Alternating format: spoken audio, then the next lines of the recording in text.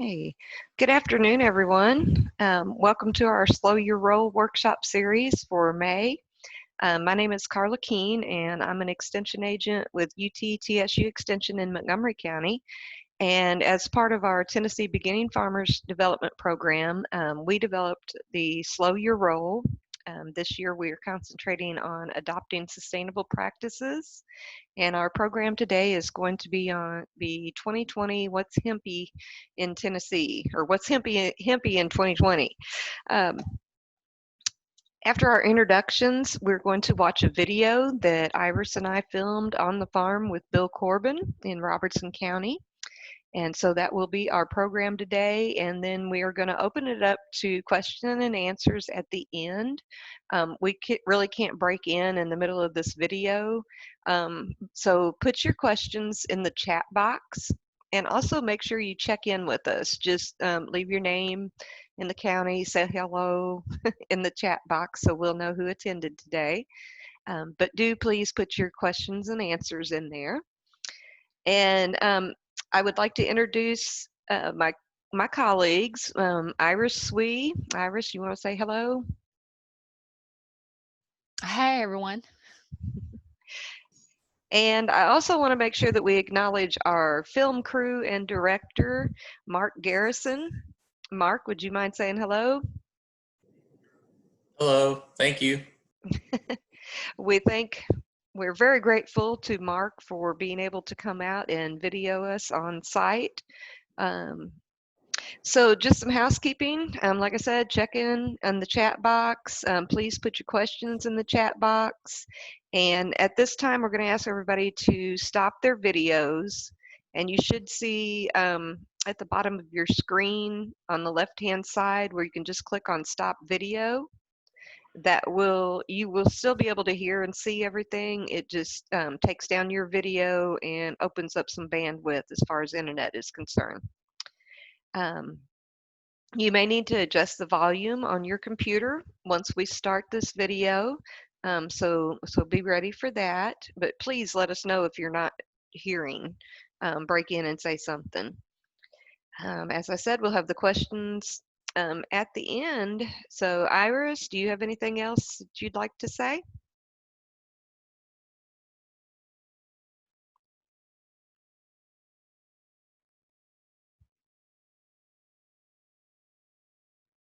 Okay. I'm not sure what I did. Just give me 1 minute. Okay.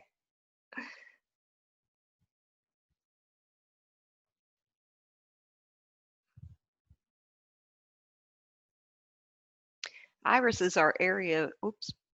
Okay. You may have to right click on the video. Are we ready to start the video? Can you see the video? I can see it, yes. Okay, good. What I had to do yesterday is you had to right click on the video and share your sound.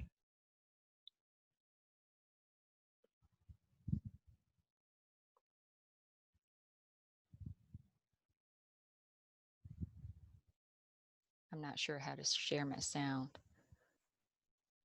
Just in my video or on the screen? Well, as you've got it up on the screen in front of you, yesterday I had to right click on it and it will bring up some options for you to share your sound.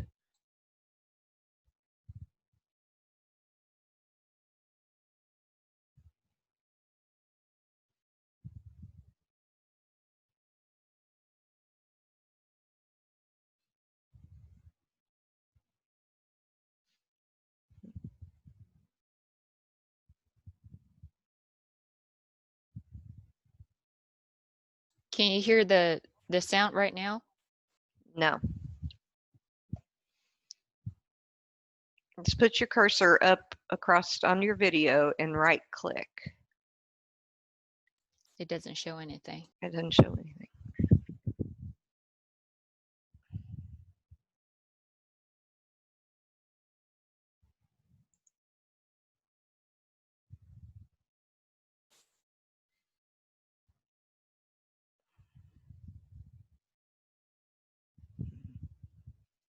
No, I don't have any control on it on this end, but yeah, we're not hearing the sound. Iris, I wonder if it's because you're muted.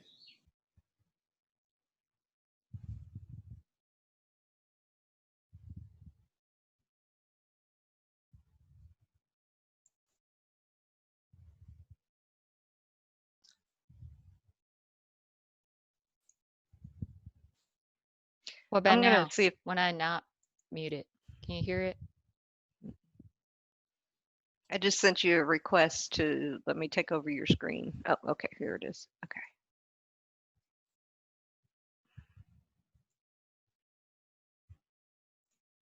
Hmm. Well, there it is.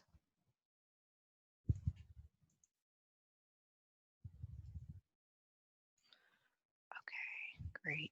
Mhm.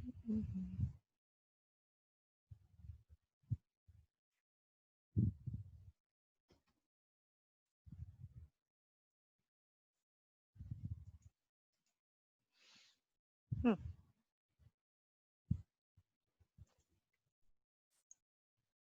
Okay, that is on.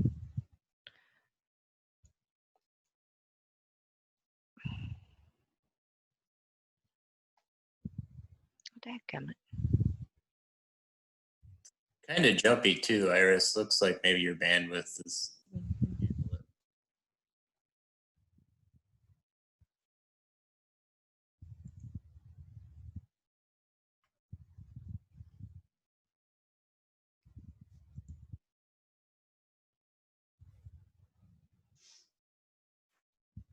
Of mothers. Right behind this, you'll see this is a variety. A lot of people. There we go. Okay, yeah, go back to the first. Okay, I found it. All right. okay.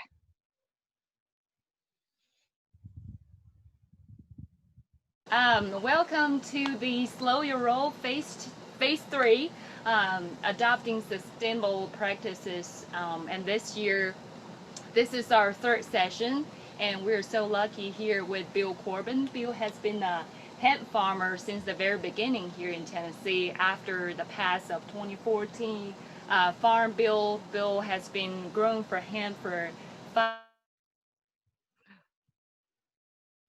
Uh-oh.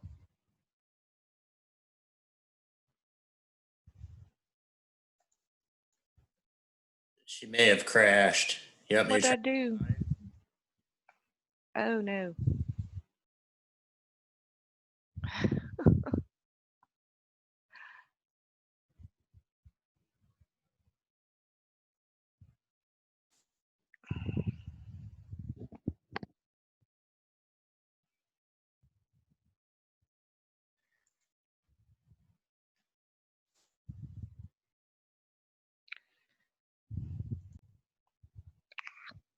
No, no. Oh goodness. So I'm sorry. I apologize, folks. I don't know what exactly happened there. Iris, can you share your screen again? Carla, can you hear me? Yes, I can hear you now. It's probably what Mark said that the internet is just not that great. You know, this is recorded. Why don't we let Denise talk first? Okay. And then after she shared the regulation part, we can just share this video to folks that who are online and who sign up. Do you want to just do that? Okay, that may be best at this point. Yeah. Yeah, if people have questions, and then we can answer a question after Denise talk, and then we just have to share this video because it's pre-recorded, and Mhm. y'all can just watch at home and send questions to me and Carla if you got questions about the video. Um, sorry about that. Yeah, I'm sorry, folks. I don't know what happened there. Okay. Denise Woods is with the Tennessee Department of Agriculture, and she is the hemp program coordinator now. And so, if Denise will give us just a few words about the licensing and regulations and any updates that we might need for 2020, that would be awesome. Welcome, Denise. Well, thank you. And I want to thank Iris and Carla for the invitation to be with you today. It's a beautiful spring day. And I think the video, the Zoom meeting not working just perfectly is just part of our times, and just a testimony to how our farmers and our UT Extension, how the Department of Agriculture just can go with it. When things don't work exactly like we think they're going to, you just go to plan B, plan C, plan D. So I just send out greetings from the department to all of Extension and all the farmers out there. This is the kind of day that gets us all excited. So I'm thrilled to be here. The 2020 year is going to begin just as last year. So there's not a lot of changes in that area. As the year progresses and we get closer to inspections, there will be some changes there, how we do sampling this year. And 2020 does seem to be the year of change, new normal. So as the year is ending up, as we're looking toward November and December, as we all know, there will be USDA changes in the hemp program.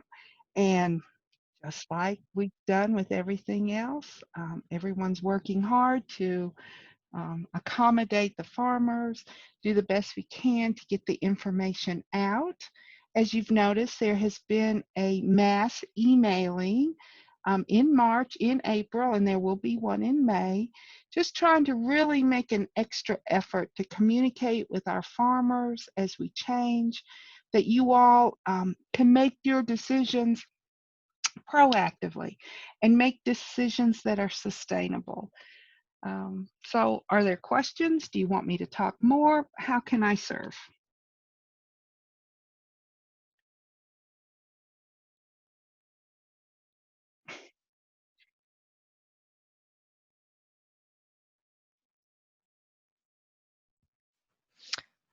Okay, do we have any questions from within the audience? Let me check the chat screen here. Well, I guess, Denise, I have a question. A lot of folks have been worrying about, the regulations, the new Mhm, mhm, USDA regulations on the THC part. mhm. Um, could Sure. you just explain to us a little bit about that change?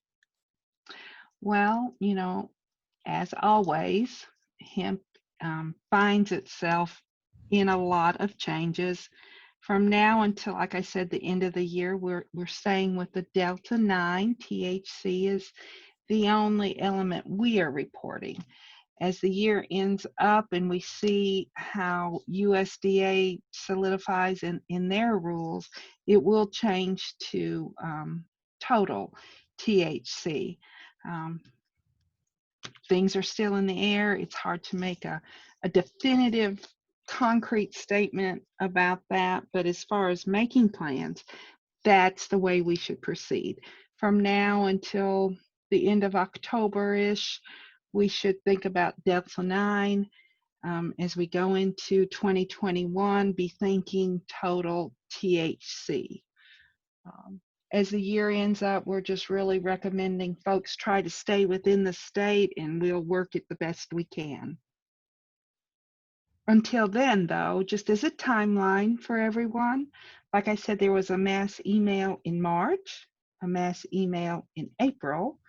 Come May, the growers will be receiving a renewal packet in the mail that will include an invoice, and they can pay online with information and an application. And this would be the time that they can check renewal, and they can check the change box.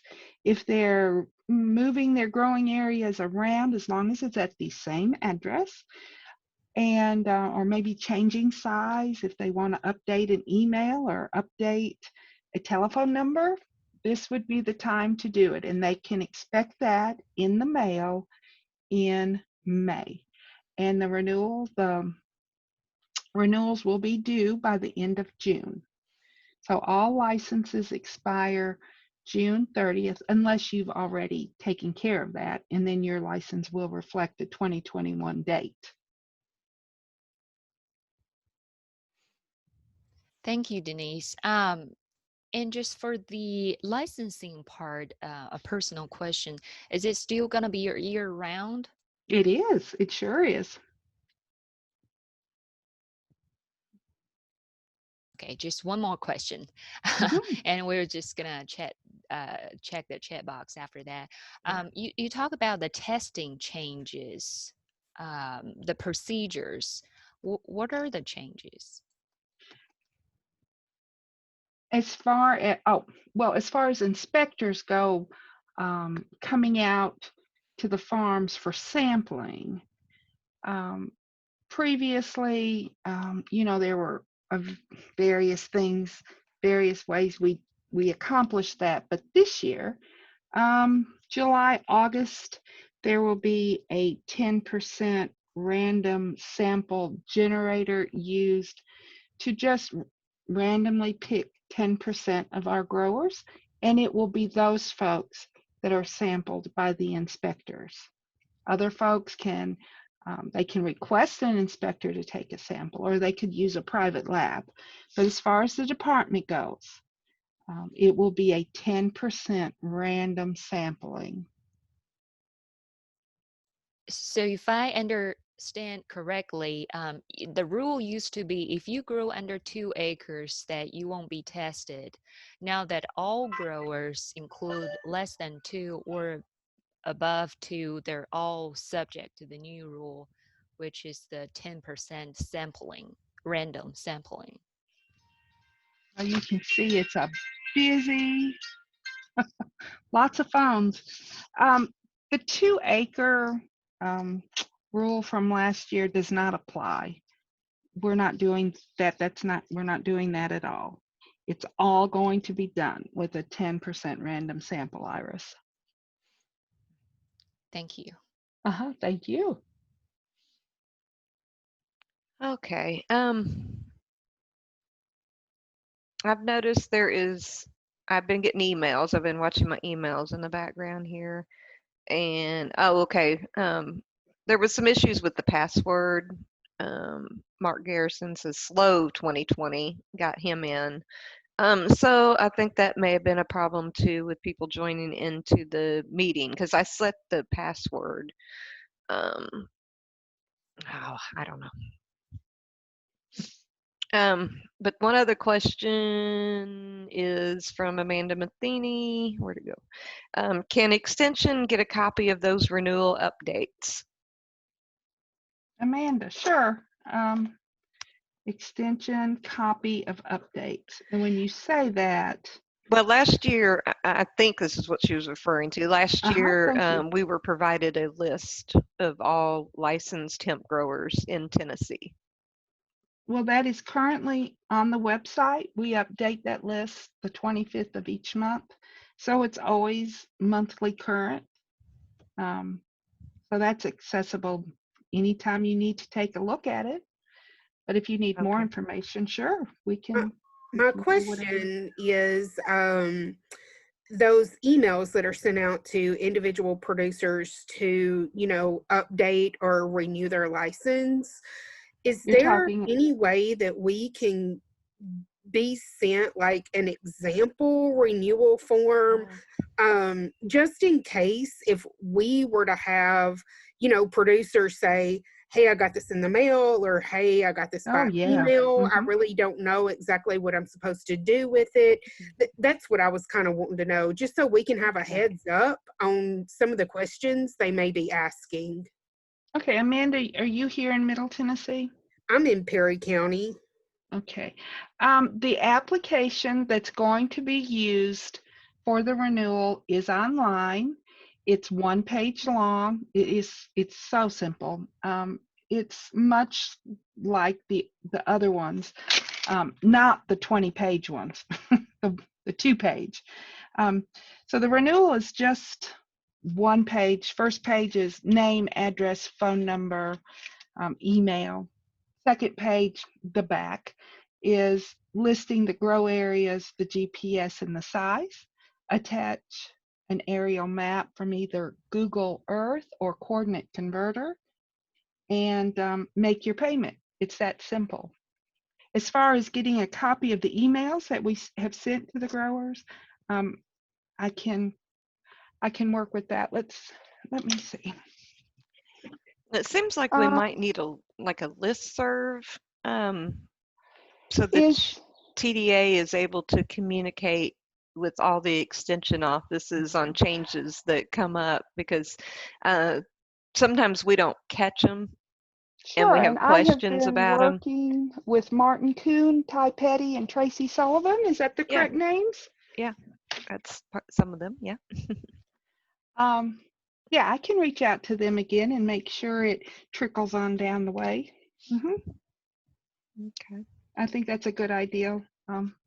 You know, everything that's happening at our end, we're sharing it with you all at your end. Yes. Okay. Thank you. I know I just have a few Amish Mennonite growers Yeah. that come to me for information just because Right.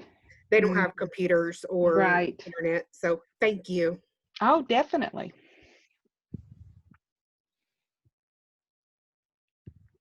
Okay. Any other questions from the audience? Carla, I don't see any Oh, questions, and I think Mark said that, you know, he's ready to share the video and he got a better Okay. internet than us. Okay, that'd be awesome. Yeah, let's try that one more time.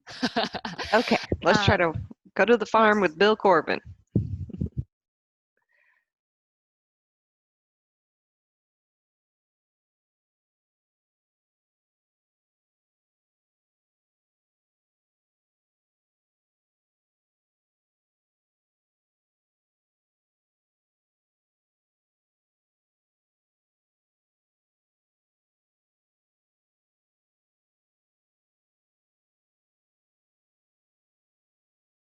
No sound, Mark. Okay. I just got to figure out what you did. Oh, share computer sound. There we go. All right, here we go.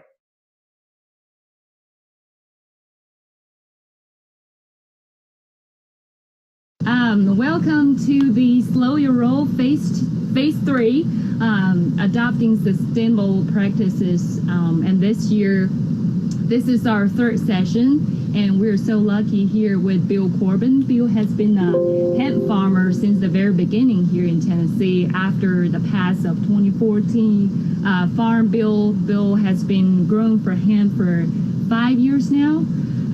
So today we're here at his farm. We're gonna learn a little bit about the industrial hemp crop, how to successfully grow hemp if you're thinking about growing it this year. And Bill will also comment a little bit about his opinion on the market, possibly in the long term. So Bill, would you like to introduce us a little bit about your background and what are the crops behind us? Well, as Iris said, I'm Bill Corbin. I've been involved in this program ever since its inception. This is one of the houses of mothers. Right behind us, you'll see this is a variety a lot of people are familiar with. It's called Cherry Tangerine. There's probably in this house 12 to 13 different varieties of mothers that desperately need cutting. I'll be the first to say that. But with the lack of demand so far this year, as far as clones, we just haven't had the need yet, other than taking cuttings, build additional mothers in case that does surface a little later, a last-minute surge in need. All right, Bill, so you were one of our inaugural growers in Tennessee. You've been growing since about 2015, so we're 5 years into this. What have you learned about this crop, and how do you grow a successful crop? Well, labor, as far as I'm concerned, labor is the biggest factor. The need for a good labor source. Marketing, you desperately need to have a destination for your crop. And I do understand in the last 2 seasons, especially this past season, why so many people jumped in, why you end up going from 240 to over 4,000 growers. But there has to be more than this idea that it's A, instant wealth, B, it's an immediate transition to medical or recreational, if that ever is passed in Tennessee, because that is such bad information wherever they're getting that just because you're a hemp grower, you're automatically going to be in line to maybe participate in a medical or a recreational scenario that doesn't exist in this state. Right. And there are huge benchmarks or hurdles to cross before that ever does happen. But destination for your crop is absolutely most critical. Monitoring what your production desires are in using real-time data to justify those numbers. I mean, it's easy to take me, for example. I was contemplating growing 10 acres less in the previous season, this year going to 35 acres this season. As of right now, if I grow outdoor and inside greenhouses, and I have a tremendous amount of indoor space, if I grow beyond 7 acres, I will be shocked. I will be shocked. So monitoring what your needs are in reflecting, trying to understand how that's going to reflect on the industry because of the incredible amount of excess biomass we have now. We just have to, we have to start cutting back. Okay, I definitely understand that. We have a lot of farmers that are just not selling their product. But I also wanted to ask you about your varieties. Now, I know you have experience with several different varieties. What are some of the newer ones? We started out with like the Cherry Tang and other ones that you mentioned earlier. But what varieties would you suggest for a grower just starting out? Well, this past year, the wife was a really a variety that performed exceptionally well for a lot of growers. Cherry Wine did fairly well this past season also. I know the Super Haze, some other varieties that Bluin had with their growers. Actually, even though, unfortunately, these growers are still trying to sell their biomass, there was some good information from those varieties that Clint Palmer, Cody Seals went out west and found for the Bluin organization. Those varieties have performed, a lot of the varieties that were grown for Bluin have performed really well in the smoke market. So some of those growers, unfortunately, those contracts weren't able to be fulfilled, but they have, luckily, Clint and Cody brought some varieties to the table that have proven themselves in another part of the market beyond extractable that has helped a few farmers, and that's a good thing.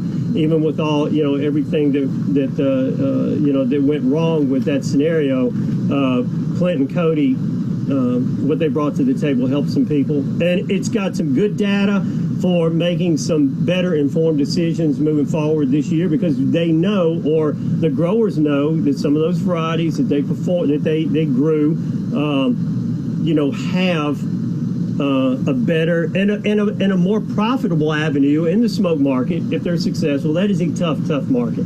It's a very tough market, but there's some real values in those varieties. And I know Clint, he does some of his own breeding that has some really good smokable varieties also. I just want to ask you one more thing on the varieties. Now, we've all been hearing about CBG varieties, for CBG rather than CBD. Are you growing any of those varieties, or do you have any thoughts or advice for us at this point? Because my understanding is the CBG has no THC in it whatsoever. It doesn't, but finding a true CBG, it's funny you just asked that, because I've been sending, I've spent a lot of money. I mean, I spent a lot of money on CBG seed that I thought was, and it's turned out to be anything but. You have to tread so carefully. And I've talked with other companies on CBG varieties that were almost 100% auto. others that have, you know, severe amount of males in what was supposed to be feminized seed. And that is such a tough market. And finding something that truly is stable genetics. Actually, I've got some CBG. We can look at it in another house, and we've pulled a lot of the auto out that's flowering right now.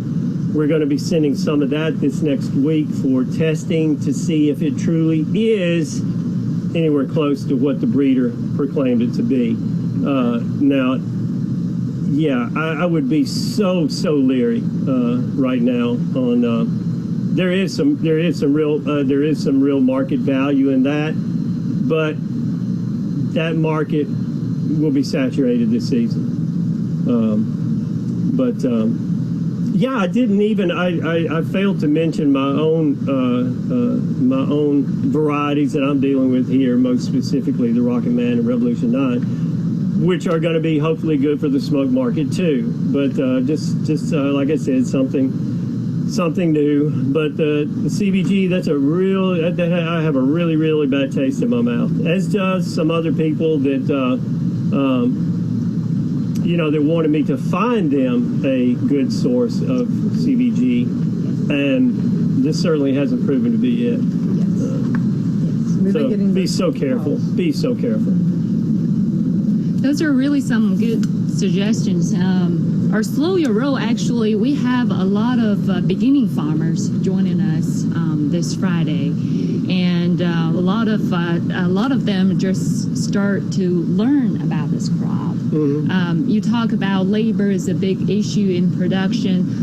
What do you like about this crop, like compared to tobacco or any other plants? What do you like about hemp? Is it pretty easy to grow? Well, yes and no. It's like tobacco. It's like tomatoes. It's like any other commodity.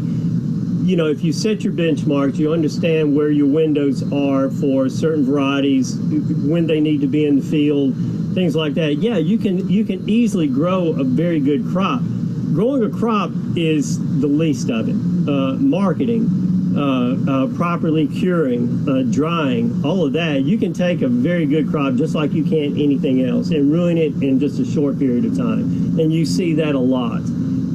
As far as labor, yes, that has been such a critical element up to this point, because with the massive oversupply and the reduction in production, the having a reliable source of labor is not going to be that critical, because most people are going to be reducing their production to where it's going to be something that they can manage in-house for the most part. There are going to be, you know, some exceptions. I've spent, gosh, I guess the last 15 years, depending on the federal government, an H-2A worker visa program, which has been an absolute godsend. I was very heavily involved in the tobacco market at that time. Last year, I chose to step away from the tobacco market. I just want to say this to all of your growers or potential growers: be so careful burning bridges, because sometimes you need to walk back. And I chose to walk away from the tobacco industry. My reason was the systemic insecticides that are a necessity for successful tobacco production, how long they linger in the soil. And residual issues with hemp being a residual crop is critically important. You have to know those fields that you're in. So yes, this past year I didn't have a tobacco crop. I won't have a tobacco crop moving forward. Now, when you choose to step out, there is no going back. There's not a program like that anymore. So it's the bet I made. It's one I'm going to have to learn to live in. But for other growers, be very, very careful in burning bridges. But growing the crop is not that critical. Well, I take that back. All right, you take varieties like this cherry tangerine here that has more indica characteristics, obviously, and I know I'm not supposed to say that, but it does. But you have varieties that are early mid-season, that there's a very specific window they need to be in the field, and if you miss that by as little as 10 to 12 days, it doesn't sound like much, but you can end up at the end of the season from having something that not quite this big, but has a good dense boxwood type shrubbery shape, to something that's a simple up and down stem with a small ball of small bud, unharvestable. And I've seen that trying to go to the field just too late, and too late can be 10 or 12 days. Now, some of your later season varieties, for sure, like Wipe and some others, a variety that used to be so heavily produced, late Sioux, those just aren't practical anymore, especially when you have something that really doesn't fully mature where the numbers are where they should be until mid to late November. The best example, I had 10 acres of late Sioux this past year. And that variety, and I've seen the CBD percentage move 4 points in 5 days, from November the 15th to the 20th. The 20th of November basically is where that variety needs to be, where the numbers justify harvest. Well, this past year, and it is very, very weather hardy, very weather hardy. Well, this past year, the first week of November, we had low teens. And it completely shut that plant down. And so where we were harvesting the 10th to the 15th, because there was no reason to wait, because the plant was finished, it was over. And those numbers are horrible. So where we'll find a place to be able to market that, it could be something that we won't be able to. Marginal numbers just don't work anymore. So you have to be very, very conscious of when your projected harvest date are. Now, I know the late Sioux has been used to cross because it has some really good qualities, characteristics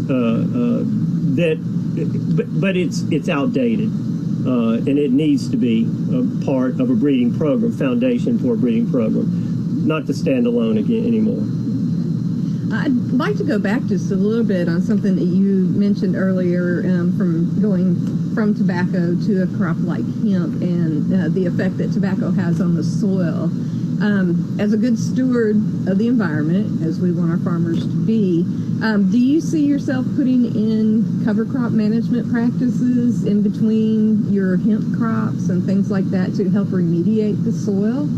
Well, you have to. I mean, crimson clover is really, really good. I know you have some vegetable growers that will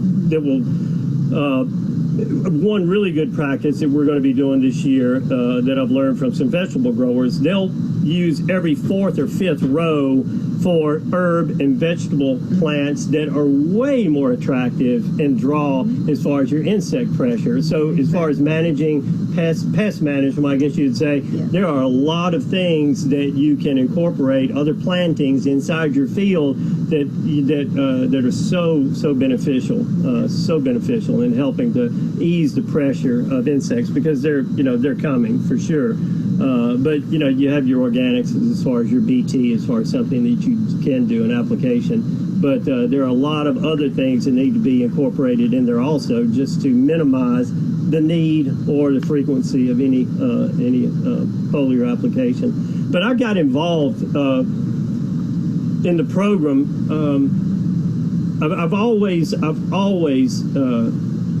had such a strong belief in the medicinal benefits of cannabis. Now, my mother, her grandfathers on the Harris side of the family, one was a doctor, one was a dentist, and even that long ago, my mother's 82, and these were her grandfathers.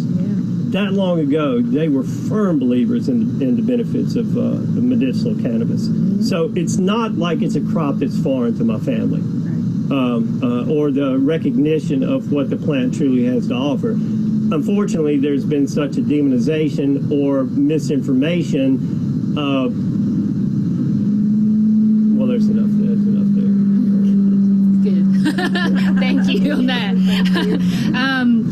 What about yield and success rate? Is there like one variety over another is better with yield? Now you have to understand my populations, as far as my densities, are far beyond what most people, what a lot of people do.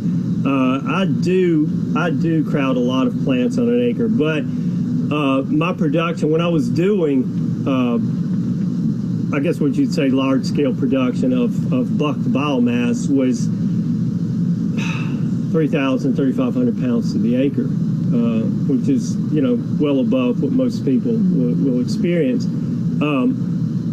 But we're going to concentrate our focus now, obviously, because of the way the market is going, or where the direction we're going. We're going to be spacing out a lot more, which helps with mold issues, which helps with, like anything else, when those, what I would call that secondary growth or anything has access to more light, it's going to produce higher. So we're concentrating more on quality. We're concentrating more on bud density. We're concentrating more on visual. Yeah. What does that bud look like? How densely is that? Is it compacted? How appealing is it? Because visual, visual has become so critically important. And one thing you can certainly say now is a lot of this massive overproduction from the West that's here now, and will always be here. Now, when you're going from the western half or the eastern half of Oregon, others that have such an arid environment, they can produce visually what appears to be a much better crop, because it looks greener, it looks fresher, it looks sharp. It's just, and here we have such a more harsh environment, and we can't, you know, cure in the field in a short period of time. And the visual, so curing is absolutely critical now. And, you know, the 60-60, the 60 degrees, 60% humidity, and as much darkness as possible. So a lot of that is going to play into success or failure moving forward. And once again, that smoke market, but not even so much the smoke market, because I've had extractors that say we're going to be looking for biomass that we're going to be buying to be treated the same as smokable, as far as how it's cured. So your input cost is going to rise dramatically. Your selection of genetics is going to be critically important, and how you handle that from the field for the next 2 months is going to be so strategically important as to how marketable that crop's going to be. Right. So that's another question of mine. A lot of growers experience issue that in 2019 they couldn't sell their crop, or their contracts that couldn't get fulfilled, and a lot of them are actually in storage. Do you have any suggestions, like how do you store your inventory? Well, they have, of course, we use both boxes with liners. We use big tote bags, like you see a lot of people. Now, they do market the big tote bags where you can, you know, you can put 250, 350 pounds in those that have, and I don't know what's incorporated in the fibers of the bag that supposedly helps remediate degradation as far as your CBD percentages. I don't know. Those are pretty expensive bags. We've chosen not to do that. I haven't. Yeah, the crop's going to degrade. You are going to lose some CBD percentages. To what degree? A lot of that depends on varieties. Depends on how it's been stored. I haven't seen a huge drop that's concerning so far, but moisture. You know, as long as you're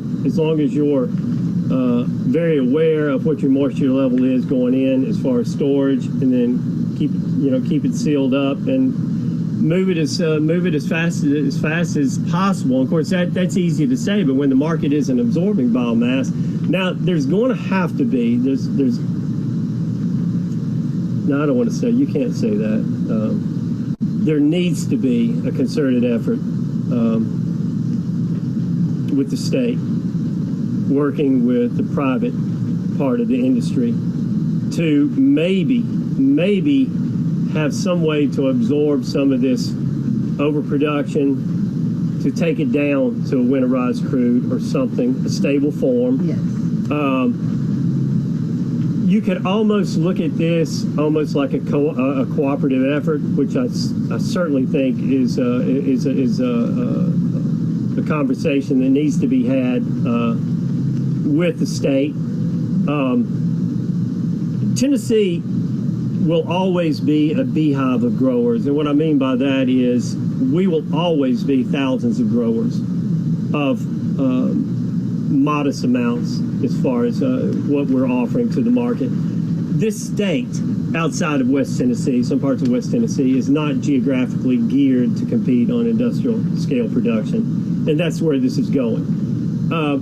But boutique grows, smaller grows, focusing on other things for the short term is about the only direction to go.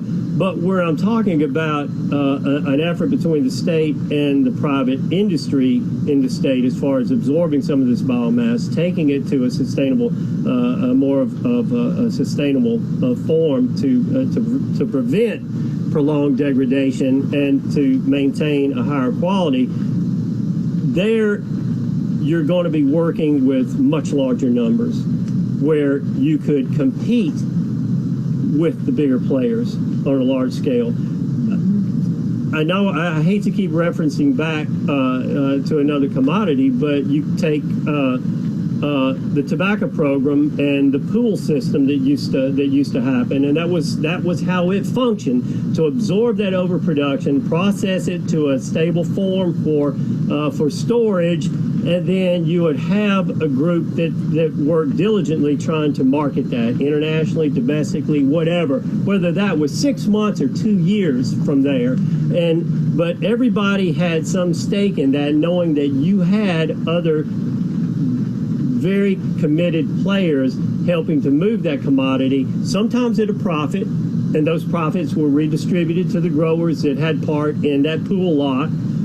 Sometimes there wasn't. Sometimes there was a loss. You didn't have to absorb that, but it was something. But anyway, all of these are something that I certainly think needs to be looked at. It would make the state maybe be able to compete on a grander level. The overproduction, unfortunately, I think is always going to be there, just because of what it is. I mean, it is cannabis. It's hemp, and then there's higher THC values. And it's the new trendy thing, unfortunately.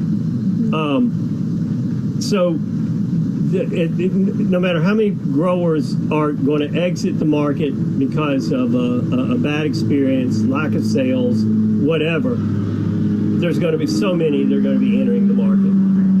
And so I don't know that those numbers, those needed reductions in numbers, I mean, when you go from 22 the first year to 240 the fourth year to over 4,000 in the fifth year, okay, we don't want to talk about licensing windows, things like that, do we? Right, probably okay. not. Yeah, all right, Yeah. We won't do that. But there are a lot of things that the state needs to look at as far as, well, any program, after it has some history, some benchmarks that you can look back and take value from, needs to be adjusted. It doesn't need to be something that's set in stone as it was from the start and move forward with that, because this industry has to evolve, this program has to evolve and adjust as the industry is adjusting. So I see, even though we've been doing this, 5 years or more, I still see this program as in its infancy. I agree 100%. There are so many unknowns, and so many people just want to grow it. I'm going to lead you in a little bit different direction, because I am a horticulturist and I get these questions all the time. This is a beautiful plant, Beautiful plant. What about our backyard growers who are willing to pay for the fees and want to use this as an ornamental crop and maybe just make their own oils, smokables, and such like that? How do you feel about that? Oh, that's fantastic. I think this is like you said, this is a fantastic crop to have.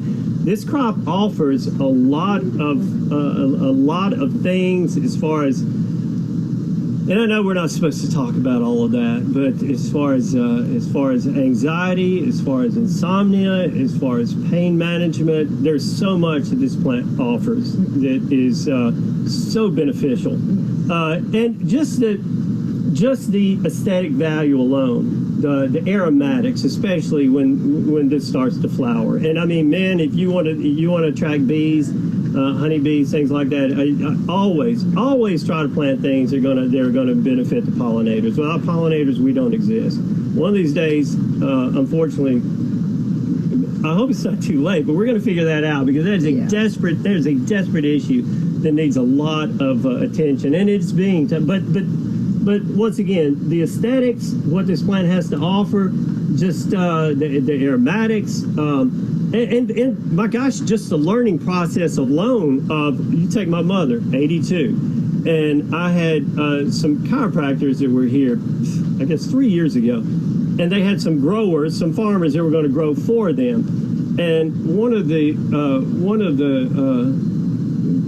people there asked a very important question and asked me. It said, in this past year's crop, what was the biggest challenge in bringing this crop in successfully? And I said, and my answer was just as sincere. My problem then is my problem now, and that was, at that time, my 80-year-old mother stealing my crop to make her own product line. And she does. I mean, she is 82 now. She has her own product line. She does her own salves, mosquito repellents, things like that. Now, she and Nemo Sanders, who I think is one of the most brilliant compounders in the industry, and her husband, Mike Sanders, she and my mother are incredibly good friends, and she has been formulating my mother's tincture line for quite some time. And so just the idea that you have my mother at that age, and she is having more fun than all of us put together.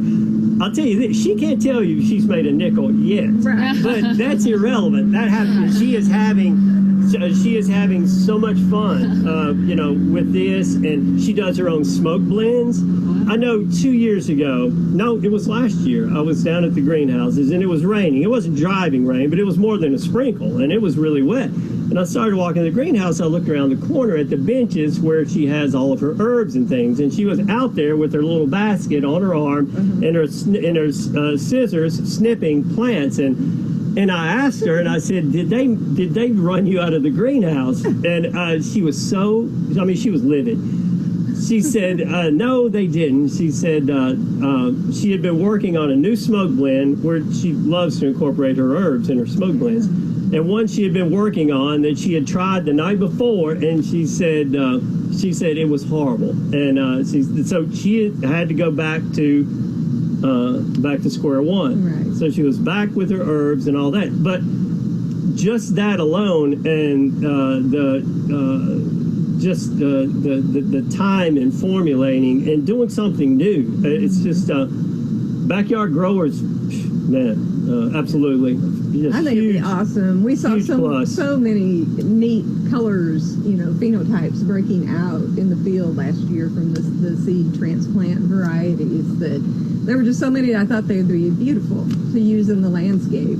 Jenny Leeds, a young lady that I know, she and her boyfriend were up here last year, and just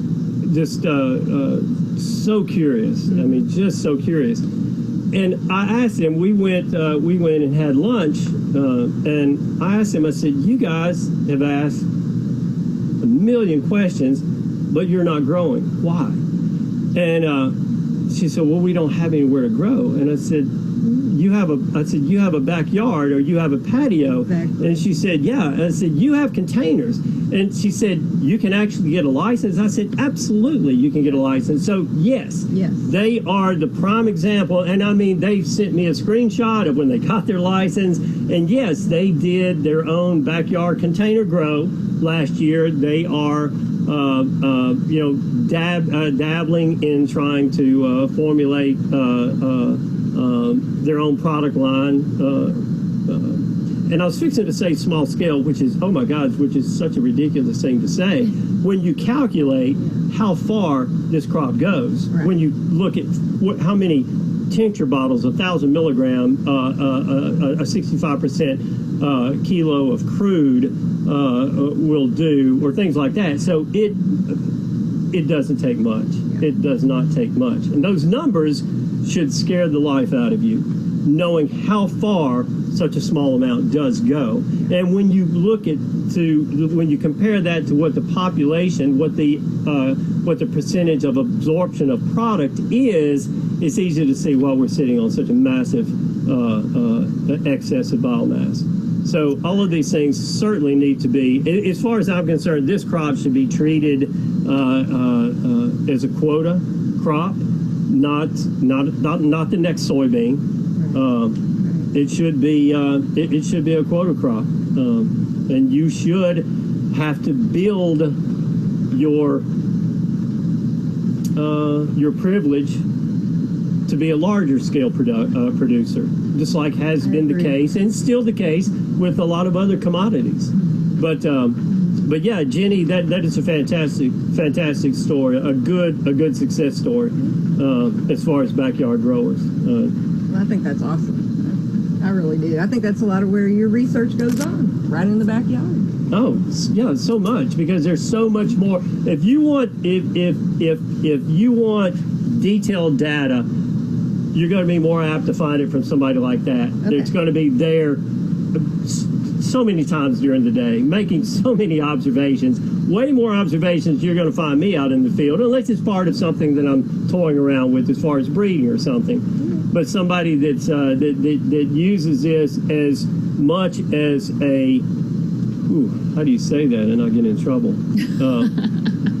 Something as an ornamental, something for the visual aesthetics, something for the aromatics and their immediate surroundings, something for what the byproduct of whether you're using a crock pot to extract the oils or whatever. My God, it's endless. Yeah. It's absolutely endless. That's been my fascination with the plant, that every part of this plant can be used. Absolutely. I mean, nothing needs to go to the dump. It certainly does not. Grind it up, put it back in as compost or mulch, which you can't use. Between here and Burley Stabilization Corporation, a tobacco company in Springfield, they've put a lot of money in an extraction facility there. And I know when they started accepting biomass, they buck for their growers. They have industrial scale Granville buckers. And I convinced them, and boy, I'm scrambling to try to help them, to bale their stock material. And between me here, I used what was what's called a Burley baler, one of the big balers. Between myself and them, we're sitting on 50,000 pounds of baled stock material that is available for anyone toying around with a fiber project. I've talked with Claire Cronk, who might, be able to absorb some of that. Chris Milford, he's working on some projects with some companies in Colorado. Hopefully he'll be wanting to absorb some of this. I know the University of Tennessee, Eric Walker has taken some to the University of Tennessee, just, for them to have in any of their research. I know Ava Avila with Vanderbilt was hopefully toying around with maybe trying to get some funding, but that hasn't happened yet. But she's a young lady in Nashville that has a long history in cannabis production and has a real knowledge and interest in the fiber value. Tanya Lewis who is one of the partners in Nusachi. Her huge vision is in the construction value of this plant, and more importantly, how that can be transitioned in sustainable housing for the minority community. And she's wanting to try to hopefully in the near future, and I understand the near future can be some distance, but to maybe be doing some projects. And Nashville is a really good example. It wasn't that long ago you had former President Jimmy Carter and some others with Habitat for Humanity that was finishing up their last build in Nashville. Well, there's so many things that this plant, the secondary value of this plant, which is the stalk material, which is the herd, with all of that, that could be used for sustainable housing, for all of that. It's just it's just I'm just anxious for those paths to be traveled. It just can't happen quick enough. It just can't happen quick enough. But as far as the stalk material, it's very expensive to bale up stalk material. It's expensive to store it. But people like Chris Milford, Tanya Lewis, Claire Crunk, these others that have this desire, this need, this curiosity for exploring that end of this plant. I don't have capital to be able to, say, here, take this and use this for your research or whatever. But I've got stalk material. I can bale it up. I can have it. If they want it, it's free. Come get it. Use it for all the R&D you want. So that's at least what I can say is my contribution to that. Well, we're just gonna end this video with some comments on the market. I know you've been talking a lot about your concern about the market, and we really welcome like backyard growers or anybody who's learning crop to experiment with this crop. But for commercial growers, just the market, I don't know how to start with this. But I've been getting a lot of comments on the slow movement of the extraction, the oil. And you're talking about you're shifting your focus on the smokable market. And that's been the comments that I've been hearing from a lot of our commercial growers. Do you worry that this market will be saturated or has already? Already is. Yeah, it's everything about this crop from here on out is going to be a tough gig. Networking is so critically important. Being able to compete large scale. I'm choosing right now to look well beyond this immediate market, and that's why I want to, or I hope we can have a real conversation with state officials on what I was talking about earlier and be able to have this state to be able to compete large scale and extractable commodities, whether it be crude, distillate, isolate. Well, not really isolate. I don't understand why isolate is there. I don't agree with how beneficial or lack of a product derived from isolate is. But once again, that gets back to where these USDA rules and regulations, where right now that seems to be the only broad spectrum or isolate is only safe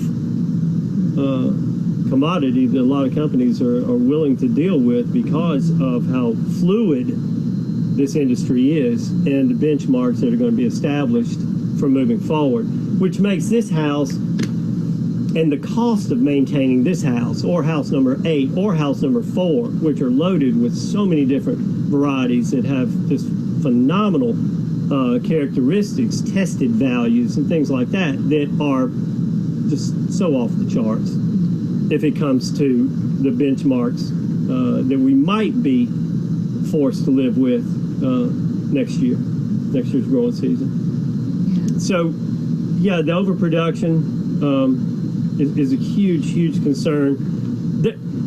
What is just I guess interesting to me is no matter what town you go in this country, I don't care how small the town is, there's going to be a CBD shop somewhere. Right. There's going to be at least one. And that those products are extracted from biomass somewhere. So it's being processed. But once again, when we get back to when you do the calculations on what a typical acre, and let's just say 1,500 pounds of buck biomass, and let's just say it was 14%, and how many kilos of crude that translates to, and how many 1,000 milligram bottles of tincture that translates to, and I think it's somewhere around 32,000, something like that, in an acre. That acre of 14% at 1,500 pounds could put on the market. That is an acre. Yeah. And when you compare that to the astronomical amount of, you can translate that and convert it from pounds of biomass. So or let's just say that you've got a 14% flour that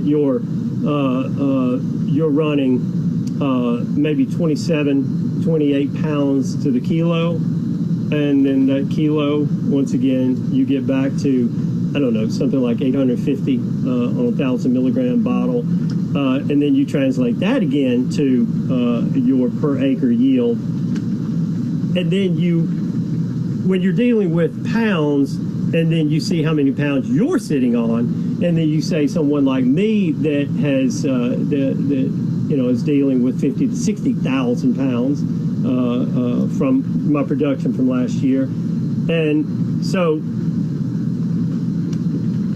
we don't need to continue to grow at large scale production anymore. We have to be so much more mindful of where this market moves 2 years from now. Not this idea that this is instant wealth. It isn't. This is a tough gig. And I think that's one thing that's been hard to overcome, because of the hype and the passion for this crop. Don't let your passion overrun your reality.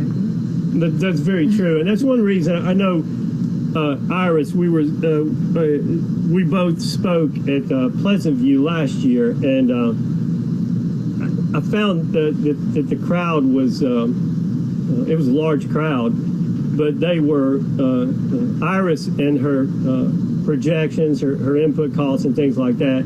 A lot of those values I thought were a little optimistic, a little too optimistic. But where she showed in her charts where you had to be to actually show any type of profit, it was not that encouraging. And the crowd there kind of showed that in their remarks, and I found that to be so incredibly rude when you've got someone that's doing their due diligence to try to put the real numbers out there, not this fantasy land that everyone has chosen or chose to exist in, and not absorbing that and say, we've got a professional here that's taken their time and their energy to try to put a scenario together to show us what the true numbers are. I found that very disheartening. Unfortunately, we're all seeing those projections play out in real time. Yeah. So hard lesson. It has been. That's right. Yeah. A lot of people have been, right now at this moment, we're experiencing the COVID-19 pandemic. We talk a lot about the oversupply of hemp. What about on the demand side? You talk about, we've seen CBD stores everywhere in the country. Why the demand is just not there to pick it up? What are your comment on that? And how do you think the COVID-19 actually will impact our consumers' behavior, even have some impact on the demand? One thing you can do is you can go to a lot of these meetings, and you can ask how many here are growing hemp, and almost everyone's hand goes up. But if you follow that with a question, how many of you are using hemp-based products? Not that many hands really go up. And once again, you get to this idea of it's instant wealth. The products of this crop aren't cheap. A lot of people, I don't think that they truly believe in this crop. I think it's chasing profits. I don't think that you're going to see the population absorbing the volume of these products until you see these big campaign. I don't know what I'm trying to say. These big campaigns from Walmart, from Kroger, from CVS, from these others. That's not going to happen until FDA makes some decisions, and I think that's going to be soon. When that happens, then yes, you are going to see an almost immediate shortage as far as biomass. And I can't believe I just said that. Stop. Don't grow. Just monitor your production. Monitor your production. But when the big advertising campaigns happen and the public is more aware of what it is and this concept, one thing you'll see, most all of these grow shops, and I shouldn't say that, not most all these grow shops, but a lot of these grow shops will use, that leaf in their window displays or their advertising or something. Well, that alone is going to limit your audience because A, we're in Tennessee. We can't forget that. Yep. and there has been such a campaign of misinformation. What's so comical, at least to me, is, and I know you're not going to be able to use this, I get that, but I'm going to say it anyway. But where you had, up until World War II, and, you had cannabis demonized and hemp production, which at one time, Kentucky, hemp was the largest, as far as finances per farm, it was the largest or the most profitable commodity for the state of Kentucky at one time. Well, and then you demonized that, you made it illegal, and then when that supply chain from Southeast Asia for the fibers, whether that be other than hemp, other fiber type crops, when that was interrupted during World War II, and the federal government made this massive campaign, looking back at all the ads and the posters that were put out, that's pretty interesting. Yeah. Made this huge concerted effort to entice the agricultural community to go back to producing hemp for the war effort, most specifically the Navy. And we did. And as soon as the war was over, and what's interesting is we had that developed infrastructure for handling fiber types here in the United States. And as soon as the war was over and it was made illegal again, and I don't know for this for a fact, but I would say the majority of all that infrastructure was shipped to Eastern European countries. And where it was such a concerted effort to take back any industrial capacity for when this day came again. And all of that had to be rebuilt, which is where we're at right now, because I truly, truly believe, and that's one thing that I found so interesting with Nusachi, Mark Montgomery, Jake Benjamin, Jay Mitchell, Tanya Lewis, and Mark asked me one day, we were having dinner, he said, why do you find, and he said, I heard you called us interesting. He just caught me off guard when he said that, and I said, why would you use that word? And I said, and I told him, I said, well, Mark, I said, your history is with the music industry, but you have this desire to be part of this place now with the hemp industry. Jake Benjamin has a long history with big agriculture, Archer Daniel Midland, companies like that. Jay was with TriStar Health. Tanya, her focus is and will always be the construction value of the plant. And that vision is so far out there. But I told him, I said, you guys all come from different areas, but you all share an interest in this plant. And I said, Tanya is always going to be a burr in your side for trying to push forward with the other values of this plant beyond chasing CBD and all that. I said, I have to appreciate that, because I think as far as longevity, you have to have a whole plant mentality, or at least I hope that's the case. I agree. Do you have any further comments for us on the future of the industrial hemp industry? Any thoughts of wisdom you'd like to share? No, nothing in closing other than the last time I spoke, and I made the comment going in, I said, this isn't going to take long. When they saw I'd come in, and I said, I'm here as a speaker, and they said something, and I wasn't trying to be funny, but I said, this isn't going to take long. I said, just go show me where to stand so I can say, don't grow hemp. and they didn't find that. But my point was, I'm not going to be that dramatic, but my point was, if your thoughts earlier on, just like mine, was to go from 45 acres to 35 this year, and now my intentions are, these intentions will not change, is to go, instead of that, all the way down to maybe 7 outdoor and indoor.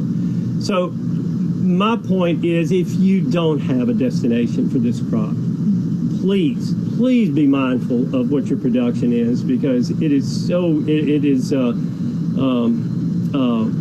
we have to think, my goodness, we have to think more collectively. And I'm not trying to sound Orwellian when I say that, but we have to think of how we move forward as a group in Tennessee, not as individuals. And that you know, as far as agriculture, we've always been and we always be our worst enemies.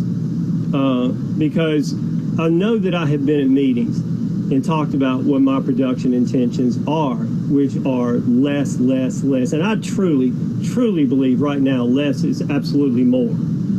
Concentrating on genetics, concentrating on quality. But I have heard people say, well, if you're talking about reducing production that much, that has to mean that a lot of other people are also, which means I should produce more. Truly, and I know that, and that has been the case for such a long time. As far as I've had that experience in tobacco in years past, where the companies will, at the meetings, will stand up there and do PowerPoints on justification on reducing our production quotas, and to try to support a higher price and, you know, make it more profitable for the growers. Well, as soon as everyone speaks in unison, absolutely, we've got to do this. We've got to, to save this crop, to save this commodity. And as soon as those meetings are over, you'll have some that will be meeting with those same company officials that we will grow for a quarter less than contract price if you'll give us an unlimited contract. You know, just let us grow all we want. So we always have been, we always will be, unfortunately, our worst enemies. We just don't think collectively, and that's unfortunate.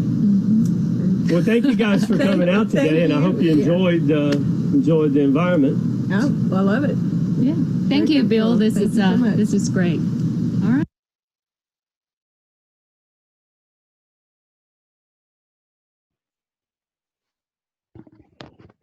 Let me get my video back on here. There we go. Okay, well, I hope everybody enjoyed the video. I know we've had some comments in the chat box concerning, you know, maybe building up some kind of a hemp growers collaborative, a hemp marketing alliance, maybe even work through Tennessee Farmer Veterans Coalition. Does anybody have any other thoughts on how that could be organized? Is that something that Extension needs to look at, or is that more of an outside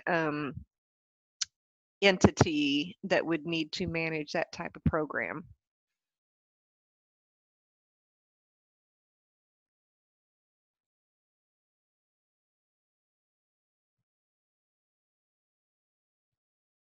If you have a comment, you can unmute yourself and join the conversation.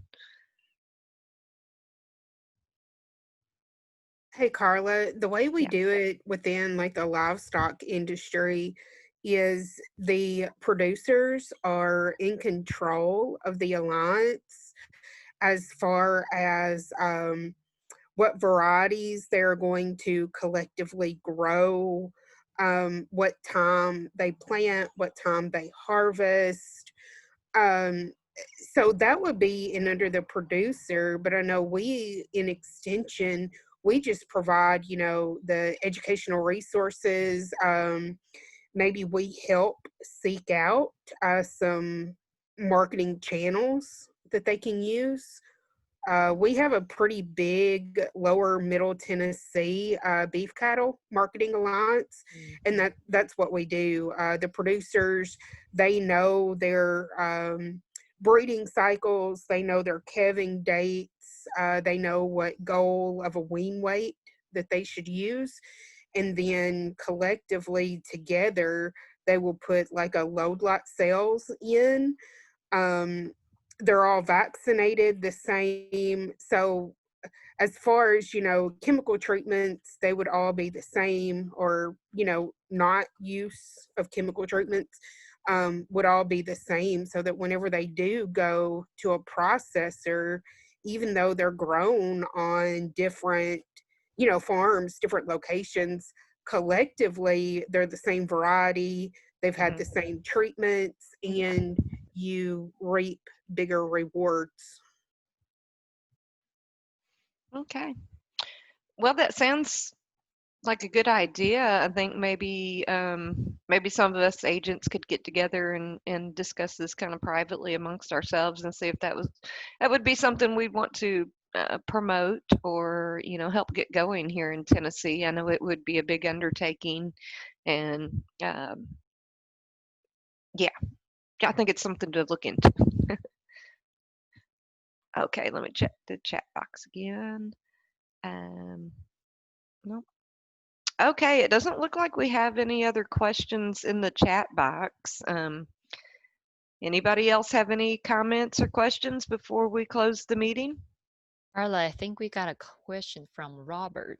He asked, what kind of buyers are you getting? I'm not exactly sure what that means. Oh, Robert, would you clarify on that? Yeah, I mean, for the cattle that she was talking about, the co-op that they got together, are we talking like local grocery stores or larger grocery chains, like maybe even Target?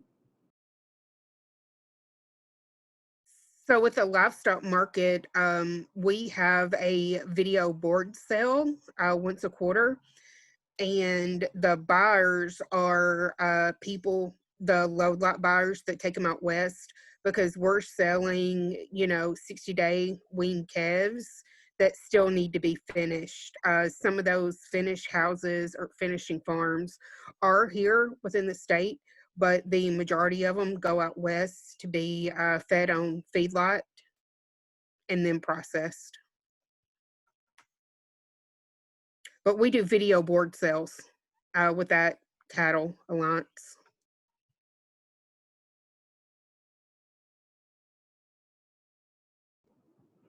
Okay, great, thanks.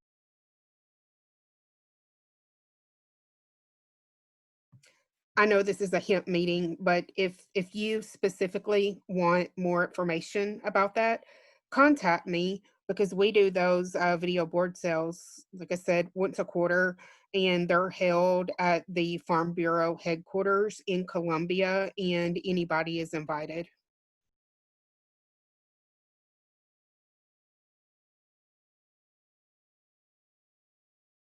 Unmute myself. That sounds great, Amanda. And if you want to email me that information, I can make sure that this group gets the links to that. So, all right. Anything else? Well, Carla, I guess I'll just make some comments as well. Okay. As an economist, I guess, my whole take from Bill's video is that he mentioned multiple times, be cautious, be careful, and be mindful of the overproduction.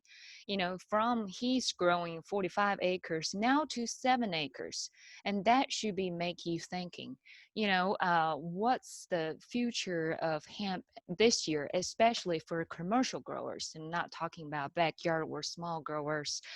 And I'm not sure how many of you all in the call actually participated in my industrial survey that I sent out not very long ago, but I can share some of the information that I found. The production this year, we're going to see a reduction. For sure, we're going to look at 25 to even 40% of reduction on planting acres. But if you put together the inventories from 2019, we're not going to see a reduce in supply. So that's the difference. And if you thinking about, you know, like how many people actually sold their crops last year commercially? And from my survey, collectively, that's less than 5%. And if you think how much biomass and oil, and now everybody's thinking about the smokable market, um, and a lot of those people's comments are the slow movement, and the less in sales, less in processors. And I'm just gonna be, I have to be a Debbie Downer for this year as well. And I agree with Bill. He said he's just gonna barely survive this year, and he already project that. And that's the saddest truth for a lot of our folks in this industry. We're seeing processor are bankrupt.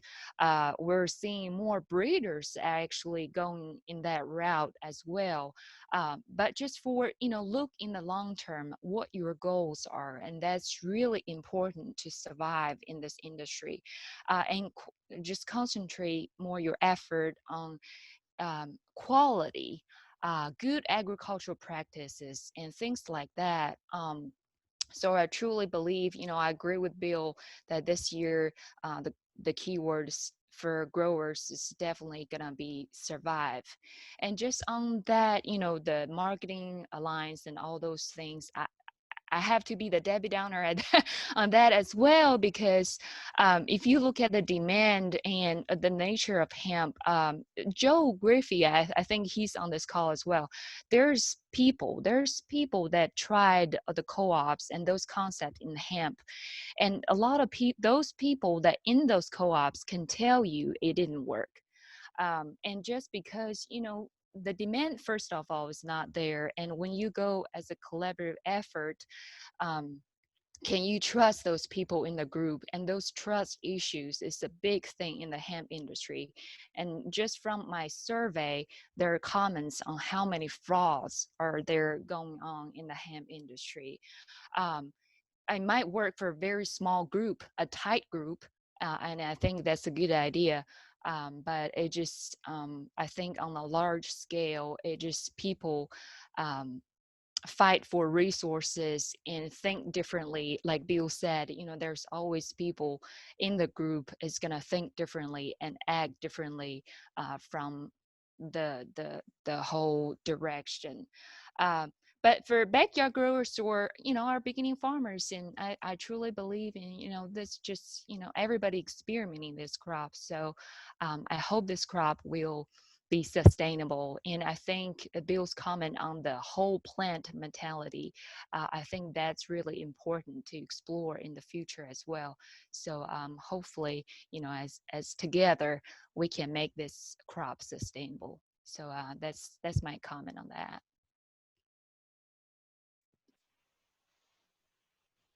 Okay, we did have a question and I commented on it in the chat box, but I just want to ask Denise to speak on this.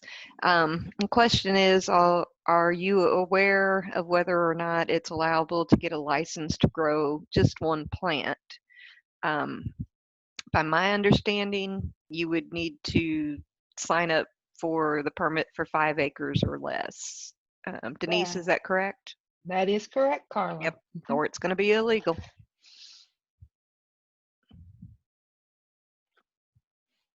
Okay, all right, thank you.